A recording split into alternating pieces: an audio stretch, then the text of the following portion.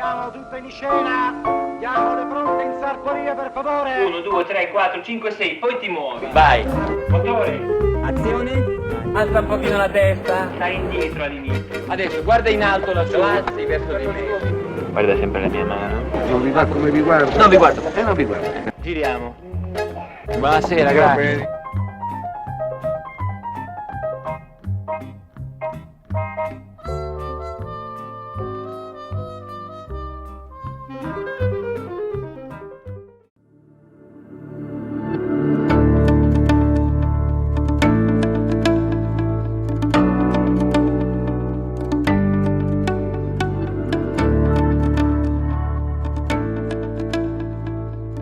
Nel 2019 a Roma, all'interno di Cinecittà, è stato inaugurato un nuovo museo. È il MIAC, il Museo Italiano dell'Audiovisivo e del Cinema. È uno spazio immersivo e emozionale che consente al visitatore di ripercorrere la storia del cinema italiano nei suoi rapporti con gli altri media visivi e audiovisivi, dal fumetto alla televisione, dalla pubblicità al web. All'ingresso del museo, ad accogliere il visitatore, è stata scelta e riprodotta una frase di Federico Fellini che dice così: l'unico vero realista è il visionario. È una frase, secondo me, di grande suggestione perché fonde e ibrida quelle che da sempre sono le due ossessioni ricorrenti del cinema italiano: la passione per il reale, il realismo da un lato, e la visionarietà, il desiderio e il bisogno di andare oltre la realtà e di costruire universi immaginari dall'altro lato. Questa duplice matrice, che solo alcuni grandi maestri, alcuni geni come Fellini, ma anche come Visconti, Antonioni, Bellocchio o Bertolucci hanno saputo portare a sintesi, dicevo, questa duplice matrice si ritrova anche nel cinema italiano contemporaneo e ne costituisce anzi la marca identitaria più evidente. Anche nelle ultime stagioni il cinema italiano è stato caratterizzato cioè dal continuo confronto fra la ricerca di un realismo spesso estremo e l'ambizione di trascendere la realtà, di inventare altri mondi, ambizione che ha trovato spesso l'espressione più compiuta soprattutto nel cinema di genere. In mezzo, a fare da perno e da centro gravitazionale di tutto il sistema produttivo, c'è la commedia, che continua a essere il portofranco, la coinè del cinema italiano. E poi ci sono alcuni grandi autori, come Marco Bellocchio, come Paolo Sorrentino, come Matteo Garrone, che agiscono, progettano, filmano, sempre in bilico appunto fra realismo e visionarietà. Questa è la mappa, questo è il territorio di riferimento e adesso proviamo a esplorarlo più in profondità, a cominciare proprio dalla ineliminabile vocazione al realismo.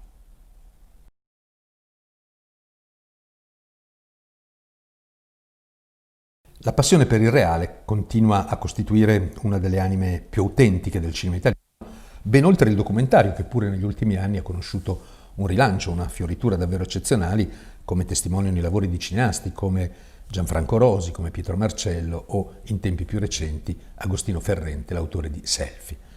È un'attenzione per il reale abbastanza diversa da quella di un tempo e ormai anche svincolata dalla tutela pur nobilissima del neorealismo.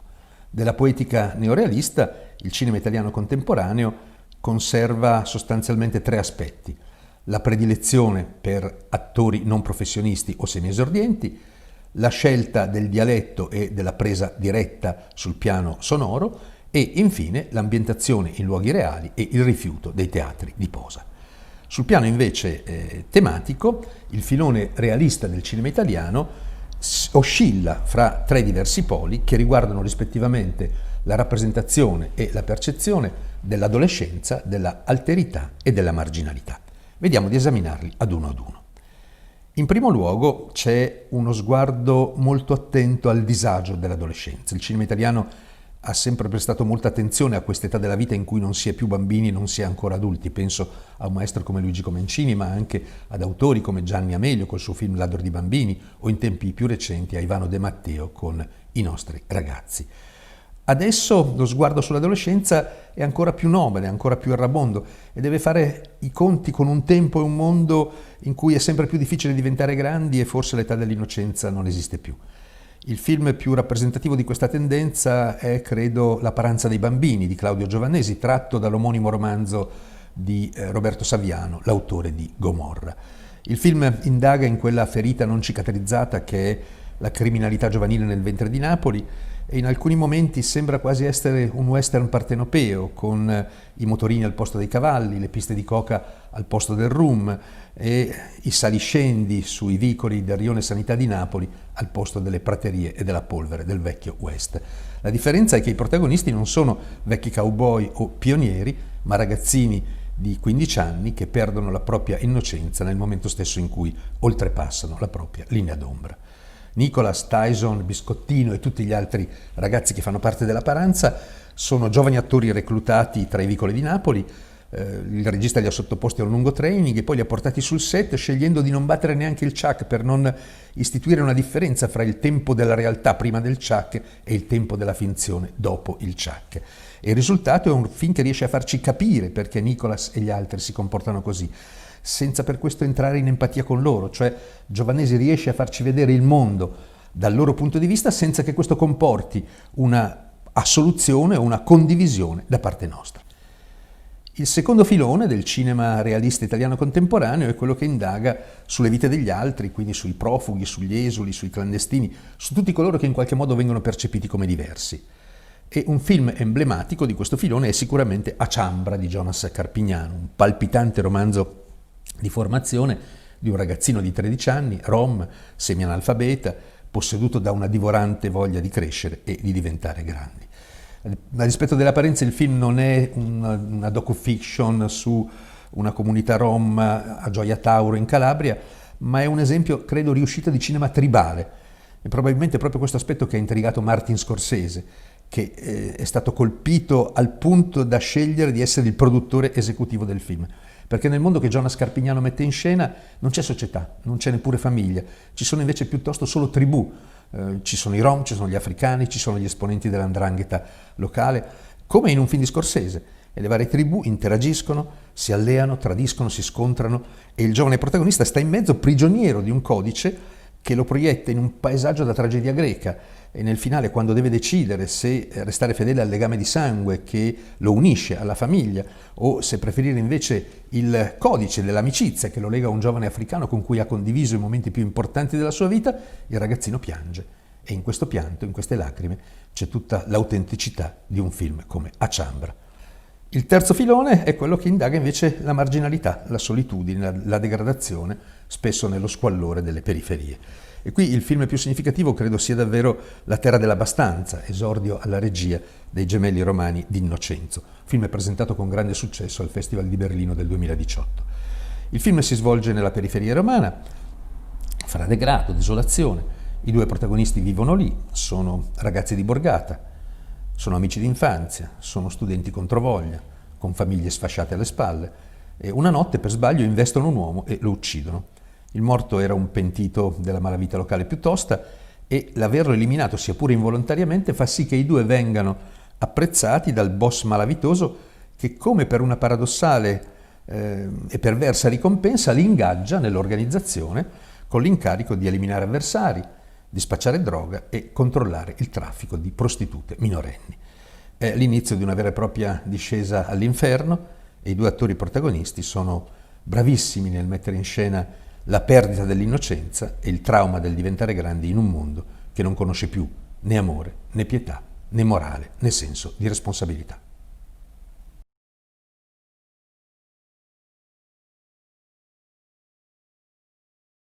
Il dato più nuovo e significativo delle ultimissime stagioni è comunque il forte rilancio, la forte ripresa del cinema di genere, che per troppi anni aveva trovato poco spazio nel sistema produttivo italiano.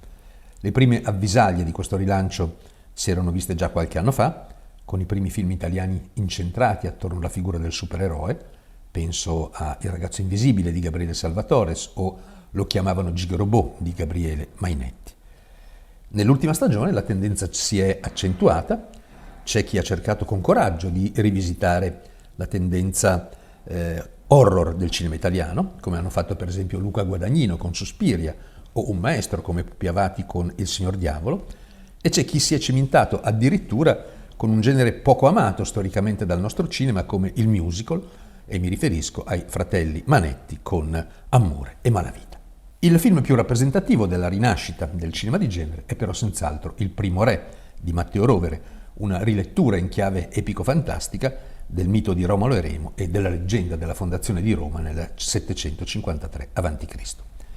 Rovere fa una scelta coraggiosa, spregiudicata, decide di far parlare i personaggi in una lingua arcaica, una sorta di proto-latino, che esige la proiezione con i sottotitoli anche per il pubblico italiano e che immerge la vicenda in un'atmosfera barbarica, primitiva. Il latino è una scelta geniale non tanto e non solo perché quei guerrieri vissuti quasi 2000 anni fa sarebbero stati ridicoli se avessero parlato con l'accento romanesco o con l'italiano omologato dei doppiatori delle serie TV, quanto perché questa scelta contribuisce a immergerci in un altrove arcano, dove anche la lingua è un veicolo di comunicazione con la natura e con gli dei. Il primo re si svolge nel tempo in cui le città non esistevano ancora, quando gli uomini erano in balia dell'acqua e del fuoco, quando la natura incuteva terrore e gli dei sapevano essere feroci. I punti di riferimento cinefili di Matteo Rovere sono ambiziosi, si fa da Revenant di Alejandro González Iñárritu a una serie di culto come Il Trono di Spade.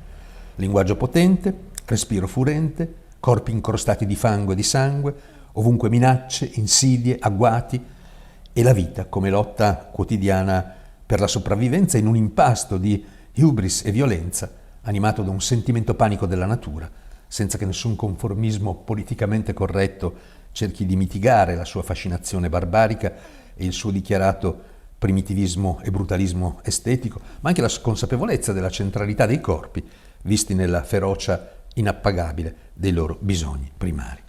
Tutto è perfetto nel film, dalla fotografia di Daniele Cipri, che sa come rendere visibile il sentimento della paura di fronte all'ignoto, alla recitazione di Alessandro Borghi, che trova con questo ruolo feroce, dolente e sofferto il suo posto definitivo nella storia del cinema. Ma non è lui il primo re, lui è Remo, è il fratello guerriero, quello più forte, più tenace, più spaventoso, ma non basta la forza per essere re, ci vuole anche la pietas. Il suo fratello Romolo ce l'ha, lui no, quindi Romolo vince, anche se, ci ricorda Rovere, noi italiani siamo l'unica cultura occidentale che ha come mito fondativo un fratricidio, non un parricidio, non osiamo sfidare il padre, la legge, il potere, preferiamo in qualche modo ammazzarci fra pari. Un altro titolo fortemente rappresentativo della rinascita del cinema di genere italiano è senz'altro 5 è il numero perfetto. Il regista Igor viene dal fumetto e adatta per il grande schermo una sua graphic novel, tutta collocata al crocevia fra il thriller, il noir e il film di Camorra. E fin dai titoli di testa, con una silhouette nera che si staglia sullo sfondo giallo, fra crepitar di pallottole e sgommare di auto, il risultato è davvero stupefacente. I colori sono a volte sgargianti, a volte invece ci piombano dentro una Napoli piovosa, umida, fradicia, melmosa, che non ha nulla a che fare con la retorica e la mistica della città tutta pizza, mandolino e o sole mio. Ci sono scene in cui lo schermo contiene ben 3 riquadri luminosi come nelle strisce di un fumetto e le trovate visive pullulano con una fertilità davvero stupefacente, come quando la pagina di un cruciverba diventa tridimensionale e genera una specie di podio su cui appare il protagonista. Protagonista che è uno degli attori italiani iconici contemporanei, Tony Servillo, con un naso adunco posticcio che ricorda quello del Duca di Urbino in un celebre dipinto di Piero della Francesca. Il suo personaggio si chiama Peppino Lo Cicero, è un guappo ormai in pensione, costretto a tornare in attività dopo che il suo adorato figlio viene tradito e ucciso in un agguato camorristico. Aiutatemi a diventare quello che ero, perdonatemi quello che sarò, dice la sua voce fuori campo mentre si accinge a tornare in azione. E azione sarà vendetta, sarà carneficina, sarà tradimento, sarà lotta per la vita. Stilizzata e feroce al tempo stesso, un po' noir anni 50, un po' Sergio Leone, con scene a ralenti in cui i personaggi muoiono come nel mucchio selvaggio di Sam Peckinpah. È cinema che gioca col visibile, cinema che fa capriole col visuale, cinema che scherza, salta, sbanda, spazza, rompe, brucia, contaminandosi con gli altri linguaggi visuali del nostro tempo, dalla grafica alla pubblicità, per dar vita a un ibrido che segna una tappa importante non solo nella storia dei rapporti fra cinema e fumetto, ma anche nella ricerca di un linguaggio che non sia soffocato dal cappio del realismo.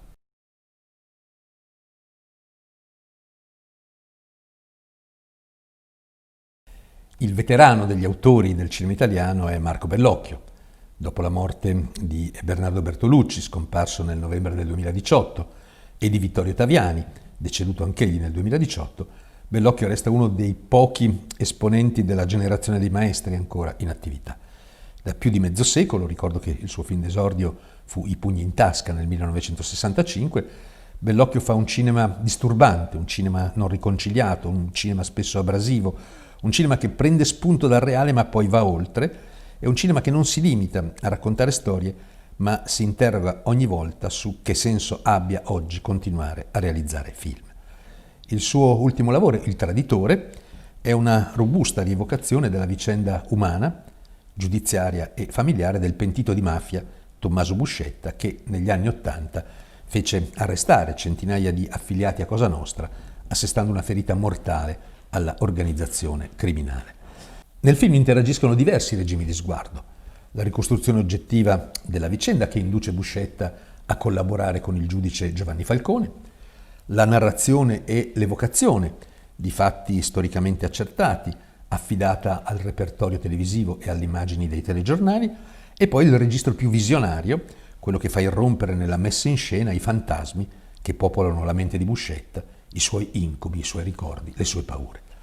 I tre registri, la ricostruzione filmica, la comunicazione mediatica e la percezione allucinatoria, coabitano e si intersecano con una scorrevolezza e una forza nuova in Bellocchio, che qui riesce davvero a cesellare il ritratto di un uomo d'onore che soprattutto nella prima parte sembra avere la statura di un padrino coppoliano, grazie anche alla superba interpretazione di Pierfrancesco Favino, che dà vita qui al suo personaggio più memorabile, un uomo consapevole del destino di morte che tutti ci attende. Paolo Sorrentino, il più visivo, il più iconico fra gli autori italiani, quello che a ogni inquadratura inventa punti di vista impossibili e dialoga con forme avanzate di arte figurativa contemporanea, Sorrentino, dopo l'Oscar nel 2014 con La grande bellezza, insegue e disegna metafore del potere, o nella duplice serie The Young Pope, The New Pope, o cercando di afferrare il fantasma del più discusso leader politico italiano degli ultimi decenni, Silvio Berlusconi, ridotto a una maschera di cera o a un tatuaggio epidermico sul fondo schiena di un personaggio. Ma è anche un vitalissimo e edonistico protagonista, Berlusconi, appunto, di Loro, film in due parti, dichiaratamente in bilico, lo dice Sorrentino, fra l'inautentico e il nulla, dove il vero protagonista non è tanto lui, il leader imprenditore, ma sono loro, cioè la sua corte di adulatori, maggiordomi, opportunisti, traffichini, faccendieri, corruttori, imitatori. Qualcuno ha detto che Loro non è tanto un film su Berlusconi in sé, ma sul Berlusconi che è un po' in tutti noi italiani. Mario Martone napoletano, autore di film capitali come Il giovane favoloso, dedicato al poeta Giacomo Leopardi, l'autore di L'Infinito, ma anche autore Martone di Noi credevamo, epica ricostruzione del processo storico che nell'Ottocento portò all'unificazione del paese e alla nascita del Regno d'Italia. Ecco, Martone quest'anno si è dedicato a rivisitare e a trasferire sul grande schermo un capolavoro del nostro teatro come Il sindaco del Rione Sanità di Edoardo De Filippo. Il sindaco in questione è un uomo d'onore, un guappo, un raddrizzatore di torti, uno che in uno dei quartieri più popolari di Napoli sistema le cose, risolve problemi. Quelli che non hanno santi in paradiso si rivolgono a lui e lui intercede in loro favore, fa quello che può, mette a posto. Non è un malvivente in senso stretto, ha una sua etica, è un paladino della giustizia, sia pure di una giustizia esercitata a modo suo, a volte anche con il ricorso alla minaccia o alla violenza. Il personaggio di Edoardo era un settantenne, quello di Martone è un quarantenne ed è mosso da un'energia virile che sostituisce la pacatezza senile del personaggio edoardiano, ma questo è l'unico scarto davvero vistoso che Martone si concede in un film che è un omaggio fedele e affettuoso a uno dei capolavori immortali del teatro italiano e partenopeo. E infine Matteo Garrone, dopo il bellissimo Il racconto dei racconti del 2016, esempio strepitoso e rapinoso di fantasy italiano che affonda le sue radici non nel gotico nord europeo ma nel barocco napoletano del Seicento, e dopo Dogman, ambientato nell'inferno a cielo aperto di Castelvolturno, fra la sabbia e il fango, i palazzi lebrosi, il sangue che scorre, la degradazione lurida di vite sbagliate, di esistenze perdute, in un film che ci porta fin dentro la degradazione assoluta della solitudine, della sopraffazione, là dove l'umano si compie cessando di essere tale. Quest'anno Garrone si è cimentato con un classico della letteratura popolare italiana come il Pinocchio. Operazione coraggiosa e sfida riuscita. Garrone infatti rilegge Collodi mescolandolo con il tema ovidiano delle metamorfosi. Tutte le creature che popolano l'universo diegetico mutano, si trasformano. Un pezzo di legno diventa un burattino parlante, il gatto e la volpe, da animali quali erano nel romanzo di Collodi, diventano personaggi umani. Pinocchio e Lucignolo si trasformano in ciuchini, e proprio la scena della metamorfosi asinina è una delle più terrificanti del film. Per non parlare poi di tutto quel circo di donne lumaca, di medici gufi, di giudici scimmia, di conigli becchini, di grilli parlanti, di tonni parlanti che celebrano in qualche modo la festa dell'ibridazione dei corpi e della confusione della specie.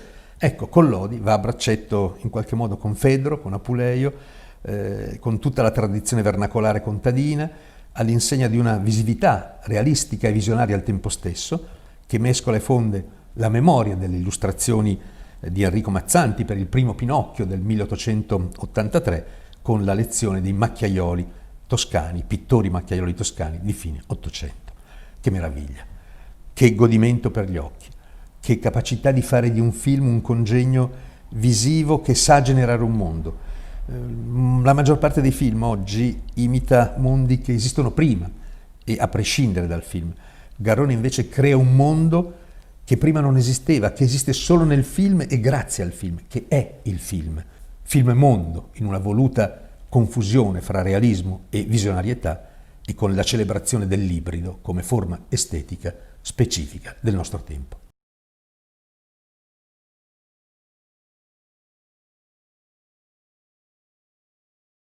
La commedia è l'unico genere che il cinema italiano abbia frequentato con assiduità e con continuità dagli anni 30 a oggi.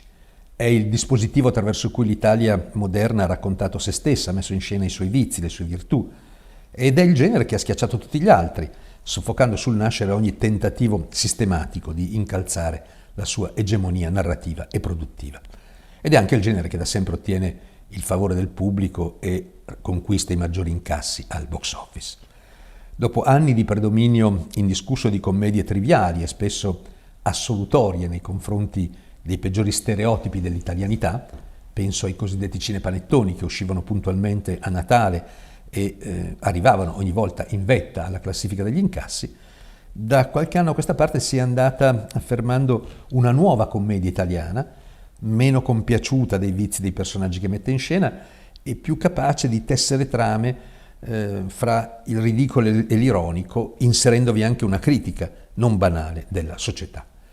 Gli autori più rappresentativi di questa nuova commedia sono sicuramente Massimiliano Bruno, tra cui ultimi lavori ricordiamo Beata ignoranza e Non ci resta che il crimine, Sidney Sibiglia, Smetto quando voglio, Paolo Genovese, Perfetti sconosciuti, Alessandro Genovesi, 10 giorni senza mamma, e il duo comico Ficarra e Picone, L'ora legale e Il primo Natale. Il campione indiscusso della nuova commedia italiana è però Luca Medici, attore e performer pugliese che ha dato vita al personaggio di Checco Zalone, trasformando in nome proprio un modo di dire dialettale, che cozzalone in pugliese, il cozzalone da cozza, mollusco, è uno smidollato, senza carattere, senza gusto, senza forma. A Napoli direbbero un tamarro, una persona rozza di bassa estrazione sociale, poco acculturata, dai modi eccentrici e per nulla raffinati. Luca Medici ha fatto di Checco Zalone la maschera più rappresentativa dell'Italia contemporanea. Checco è per l'Italia del 2000 quello che Totò era per l'Italia degli anni 50 e 60 e quello che Fantozzi era per l'Italia degli anni 70 e 80. E ha una prima grandissima qualità la maschera di Checco Zalone. È bravissimo nel far finta di essere scemo. Esibisce una stupidità disarmante, non capisce, è di una ignoranza abissale. Di fronte a lui anche lo spettatore più sprovveduto si sente un genio, si illude di essere intelligente e così facendo Checco regala al suo pubblico quella che già Baudelaire in un bellissimo saggio di metà Ottocento, indicava come l'essenza del comico il sentimento di superiorità. Rido perché mi sento superiore, rido perché vedo la tua ignoranza e mi sento assolto dal timore di essere ignorante anch'io. Rido perché tu con la tua meschinità mi fai sentire un gigante. E gli italiani ridono di fronte a un personaggio come Checco, che fa registrare al box office gli incassi più alti mai realizzati in Italia da nessun altro film, neanche dai più amati blockbuster hollywoodiani. Sole a Catinelle del 2013 52 milioni di euro, Quo Vado del 2016 65 milioni di euro, Tolo Tolo 2020 47 milioni di euro. Rispetto ai modelli comici precedenti, Checco Zalone introduce una forma di comicità orizzontale abbastanza innovativa per l'Italia. Il suo personaggio non si erge verticalmente sopra il mondo per farne oggetto di satira, ma offre se stesso, il suo corpo, da italiano medio, come zimbello comico, che genera una comunità orizzontale di partecipanti uniti sotto il segno liberatorio del riso. Nel suo penultimo film, Quo Vado, Checco Zalone aveva strapazzato il culto italiano del posto fisso. Nell'ultimo, Tolo Tolo, indaga un tema molto caldo anche sul piano mediatico, oltre che su quello sociale, cioè il rapporto dell'italiano con i migranti, con gli stranieri, con gli africani che approdano sulle spiagge italiane dopo aver attraversato il mar Mediterraneo. Sul piano formale, Tolo Tolo è molto interessante perché ibrida generi e linguaggi diversi con una ribalderia, con una esuberanza davvero travolgenti.